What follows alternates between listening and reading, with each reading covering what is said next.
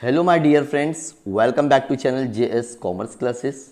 इस वीडियो में हम डिस्कस करेंगे इकोनॉमिक्स 12th क्लास में जो आपका एक्सप्लेन द टर्म का क्वेश्चन आता है 6 मार्क्स का। उसका ये वीडियो नंबर 1 है, मतलब पार्ट नंबर 1 है। ऐसे और भी पार्ट हो गए जैसे पार्ट 2, पार्ट 3, पार्ट 4, जिसमें डेफिनेटली अगर आप वीडियो देखते हो तो आपको 6 मार्क्स लेने से कोई नहीं रोकेगा, ये मेरी श्योरिटी है। आपको एक्सप्लेन द टर्म का आंसर कैसे लिखना है वो सारी चीज़ें इस वीडियो में हम क्या करने वाले, कवर करने वाले, और कोशिश करेंगे 1 से 2 लेसन के चैप्टर आपको इसी वीडियो में कवर कर ले। तो सबसे पहला चैप्टर आपका macro economics, introduction to micro and macro का, ठीक है। अब यहां पर आपको जो पहला क्वेश्चन है, identify and explain the concept from the given illustration. अब आपको एग्जाम में कैसा क्वेश्चन आएगा, Gauri collected the information about the income of particular firm. Particular firm मतलब क्या हो गया, इसका आंसर हमको सबसे पहले लिखना है आंसर में स्टडी ऑफ इंडिविजुअल इकोनॉमी। ये हो गया तुम्हारा क्या, आइडेंटिफाई आपने कर लिए कि ये क्वेश्चन क्या था, इंडिविजुअल फर्म के बारे में स्टडी करा। लेकिन अब इसका एक्सप्लेनेशन कैसे लिखेंगे,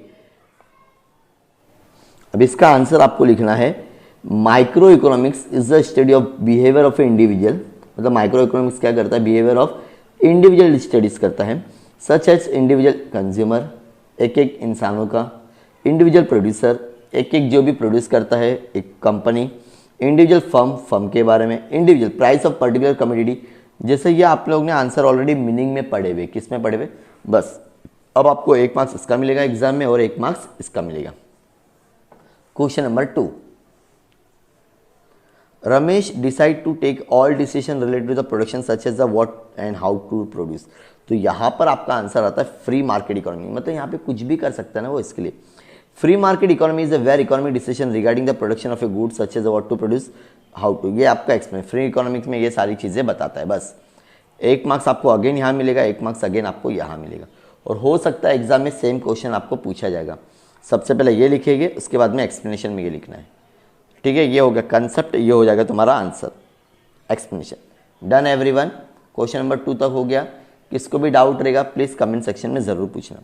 next, Shabana paid wages to worker in her factory and interest her loan. ये थ्योरी ऑफ फैक्टर प्राइजेस है। कौन सा है, देखिए क्या कर रहा है वो, वर्कर लोगों के लिए पेड कर रहा है और इंटरेस्ट ले रहा है, मतलब उसने बैंक से पैसा लिया रहा है। तो हम लोग ने देखे थे फैक्टर ऑफ प्रोडक्शन में क्या आता है, लैंड, लेबर, कैपिटल, अगर आप लोगों ने पढ़े होगे तो, ठीक है। तो यहाँ पर आपका मेन आंसर है थ्योरी ऑफ फैक्टर प्राइजिंग। लेकिन इसका हमको क्या देना है, एक्सप्लेनेशन भी देना है। एक्सप्लेनेशन दो, कैसा देना है, the theory of factor pricing explain how to reward the determination of a various factor. मतलब फैक्टर ऑफ प्रोडक्शन में बताता है रिवॉर्ड सबको कैसा मिलता है, लैंड, लेबर, कैपिटल, इंटरमिनेशन। तो लैंड को मिलता है भाड़ा मतलब वेजेस, लेबर को हम लोग पे करते हैं, लैंड को मिलेगा हम लोग रेंट, ठीक है, रेंट का हम लोग क्या पे करते हैं, रेंट, और लेबर को हम लोग क्या पे करते हैं, वेजेस, कैपिटल को हम लोग क्या पे करते हैं, इंटरेस्ट, एंटरप्रेन्योरशिप को क्या मिलता है एट द एंड, प्रॉफिट और लॉस। ये हो गया चैप्टर नंबर 1, ठीक है। ये 3 था, एग्जाम में 100% चांसेस है इसमें से ही आएगा। चैप्टर नंबर 2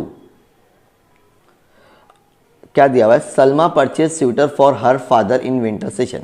तो ये हर मतलब टाइम यूटिलिटी हो गया। क्या लिखना है तुमको, खाली मतलब स्वेटर टाइम टू टाइम खरीदते ना इंसान, टाइम यूटिलिटी हो गया। एक्सप्लेनेशन देखो, when the utility of a community increase, मतलब कोई भी कम्युनिटी की यूटिलिटी क्या हो रही है, बढ़ रही है, लेकिन उसके टाइम के हिसाब से, किसके हिसाब से, तो उसको हम लोग बोलते हैं टाइम यूटिलिटी। बस फिर से आपको क्या मिल जाएगा, 2 marks, 1 marks for the concept, 1 marks for explanation. Done everyone, sir done.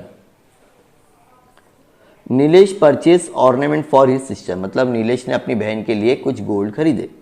Possession utility मतलब वो खरीद रहा है ना, क्या कर रहा है, पहले वो सोनार के मतलब ज्वेलर्स वाले के क्या थे, वो ऑर्नामेंट थे, लेकिन अब उसने अपनी बहन के लिए खरीद लिया। क्या कर लिया बेटा, खरीद लिया। Explanation, possession utility arises when the ownership of A goods transfer from the one person. मतलब एक आदमी से दूसरे आदमी के पास में उसकी ओनरशिप जाती है, उसको हम लोग बोलते हैं possession. Done everyone, sir done. बहुत अच्छा समझ में आ रहा होगा, उम्मीद करता हूँ। कोशिश करें ये चैप्टर में हम लोग सिर्फ 2 ही चैप्टर कवर करेंगे। Question number 3, Kavita consume 5 units of oranges 1 after 1। ये देखो बार बार हो रहा है, तो इसको हम लोग बोलते हैं कंटिन्यूटी कंजम्पशन। क्या हो गया डियर, ये कंटिन्यूटी, ठीक है। अब इसका आंसर दो, कैसा लिखना है, continuity all unit community are consume quickly without. दो जैसे आपने 1 ग्लास ऑफ वाटर पिए, फिर आपने 1 ग्लास ऑफ वाटर पिए, कंटिन्यूटी कर रहे, आप ब्रेक नहीं दे रहे या थोड़ा लैप्स ऑफ टाइमिंग नहीं हो रहा, आप कंटिन्यूटी कर रहे, इसको हम लोग बोलते हैं कंटिन्यूटी कंजम्पशन। ये आपका लॉ ऑफ डीएमयू में आता है। ठीक है, क्वेश्चन नंबर 4,